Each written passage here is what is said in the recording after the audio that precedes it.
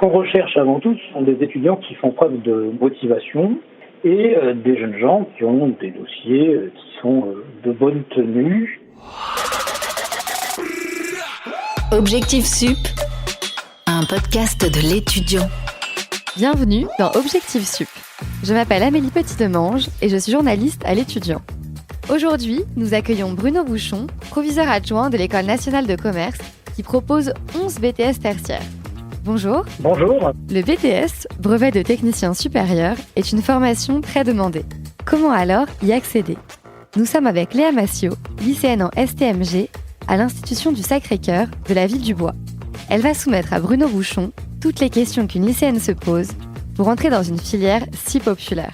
Bonjour Léa. Bonjour. Quelle est votre première question pour Bruno Bouchon ? Alors ma première question c'est, avez-vous des critères de sélection par rapport aux notes ou par rapport au bac, d'où vient l'élève ? D'abord par rapport à l'origine du baccalauréat, il faut savoir qu'en BTS, on accueille aussi bien des bacheliers technologiques que des bacheliers généraux et des bacheliers professionnels. Bien évidemment, selon les spécialités, le pourcentage de bacheliers généraux, technologiques et professionnels diffère d'une formation à l'autre, mais globalement, la moyenne nationale est la suivante. Les bacheliers généraux représentent à peu près 17% de l'effectif d'une classe en BTS, les bacheliers technologiques à peu près 35%, et les bacheliers professionnels 30%. Sur les critères, cette fois-ci liés aux notes, bien évidemment, les choses diffèrent alors encore d'une spécialité de BTS à une autre. Il est évident que quand on veut faire un BTS de comptabilité, de gestion, où il y a des mathématiques, eh bien on sera attentif aux résultats de mathématiques, alors que dans d'autres filières où il n'y a pas de mathématiques, la logique sera différente. Mais ce qu'on recherche avant tout, ce sont des étudiants qui font preuve de motivation et des jeunes gens qui ont des dossiers qui sont de bonne tenue, avec des éléments notamment liés au savoir-être, liés également à l'assiduité, qui sont positifs. Ok, d'accord, super alors. Quel est le profil des étudiants en BTS ? Il faut savoir qu'un BTS, c'est, comme son nom l'indique, un brevet de technicien supérieur. C'est une formation qui se prépare en 2 années et c'est un diplôme qui est à vocation professionnelle. Donc ça veut dire qu'à l'issue des 2 ans de la formation, un étudiant, il est prêt pour aller sur le marché de l'emploi. J'y reviendrai peut-être tout à l'heure, mais on a de plus en plus d'étudiants qui décident de poursuivre après le BTS, mais le BTS reste malgré tout un diplôme professionnel débouchant directement sur l'emploi. Ce lien avec l'entreprise, il est très important. Il est notamment marqué par le fait que sur l'ensemble des 2 années de la formation, et là les choses diffèrent d'une filière à une autre, puisque le nombre de semaines de stage d'un BTS à l'autre peut varier de une 12aine de semaines jusqu'à 16 semaines sur les 2 ans. Vous l'avez compris, les étudiants de BTS ont des stages en entreprise, et qui sont des stages qui ont une dimension professionnelle évidente. Comme vous le savez, il y a des réformes par rapport aux études supérieures, notamment le DUT qui est passé en BUT. Est-ce que vous aussi, vous avez des réformes dans les BTS ou pas ? Alors les BTS sont également en pleine réforme, dans le droit fil de ce qui se fait au lycée, puisqu'on entre dans la continuité du lycée. Et donc, on n'a pas changé de nom, on n'est pas passé, comme on fait en DUT, au BUT, mais donc on reste une formation qui est un petit peu hybride, en tout cas propre à la France dans le système LMD, licence master doctorat, puisque le BTS reste une formation qui est proposée sur 2 ans après le baccalauréat. Mmh.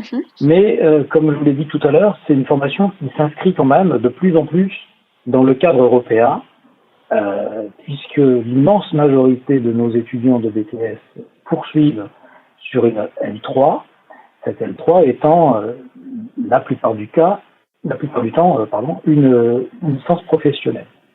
D'accord. Et j'avais une dernière question par rapport à la crise actuelle donc du Covid-19.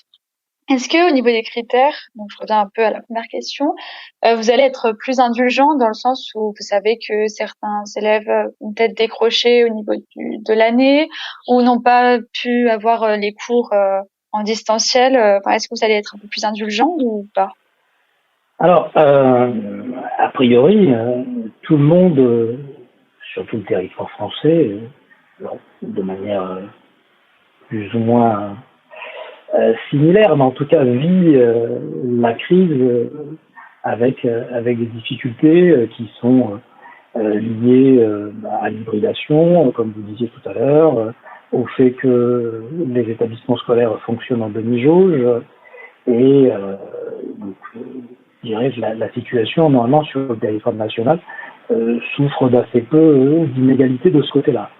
Cette année, c'est vrai que on va avoir à recruter des jeunes gens qui auront eu une classe de première perturbée par le premier confinement dont je parlais à l'instant, une classe de terminale également, en tout cas pour le premier et le deuxième trimestre, elles aussi perturbées puisqu'il y a eu un premier confinement, vous l'avez noté, au mois d'octobre, deuxième confinement dans lequel le troisième confinement dans lequel nous entrons aujourd'hui. Donc, il est évident que ce sont des éléments qui viendront dans les critères, en tout cas dans les éléments d'appréciation que l'on aura sur les différents dossiers. Après, moi je vous l'ai dit, on regarde essentiellement les résultats d'une manière globale. On ne prendra pas, c'est normal, de jeunes gens qui aient des résultats catastrophiques.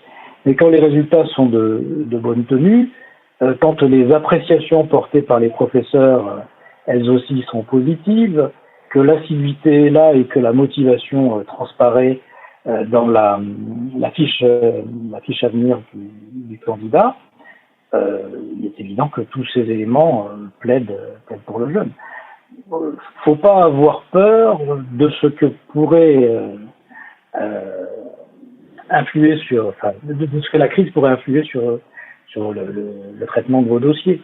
Parce que je suis intimement persuadé que l'immense majorité des étudiants seront dans une situation à peu près similaire par rapport à ça. Merci à tous les deux et bon courage à tous dans votre choix d'orientation. Dans le prochain épisode d'Objectif Sup, nous parlerons des études en prépa. À bientôt.